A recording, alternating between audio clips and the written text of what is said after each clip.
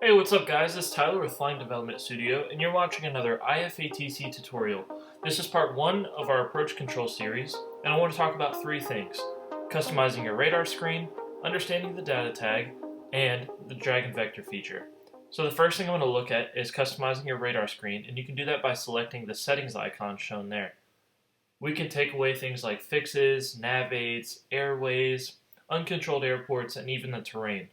But today we're controlling at Aspen, so we definitely want to leave our terrain. And I'm going to cycle through some of the options just so that you can see what they would look like.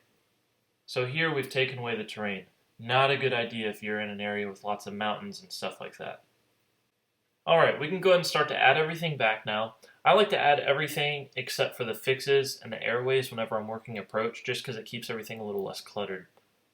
Alright, let's take a look at data tags.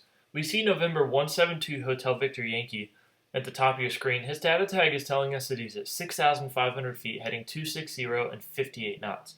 Now, if we tap on that bar, it gives us the option to show more information. By showing more information, we can actually see his flight plan, what frequency he's tuned into, and all of his stats. Let's move on to one of the most important features for approach control. The drag and vector feature allows you to get a lot of information on the terrain, distance, and even how long it'll take an aircraft to get there. So we can hold down on November 172 Hotel Victor Yankee, and we're going to drag down to the red table VOR. This tells us that the VOR is a 170 heading from his position, 13 miles away. It'll take 9 minutes at his current speed, and the elevation at that point is 11,300 feet.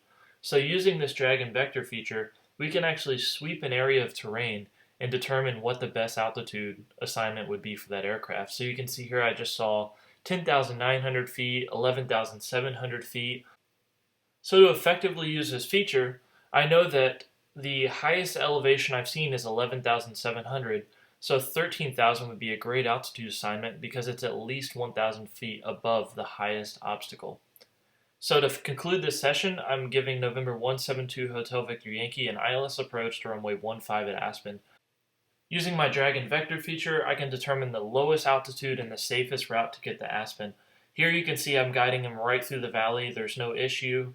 And in a 172, he doesn't have to climb, 14,000 feet over all this terrain. So I want to thank you all so much for watching. This has been episode 1 of our approach control series. My name's Tyler with Flying Development Studio. And for more episodes like this, please subscribe to the YouTube channel or visit community.infiniteflight.com. Thanks so much for watching. We'll see you next time.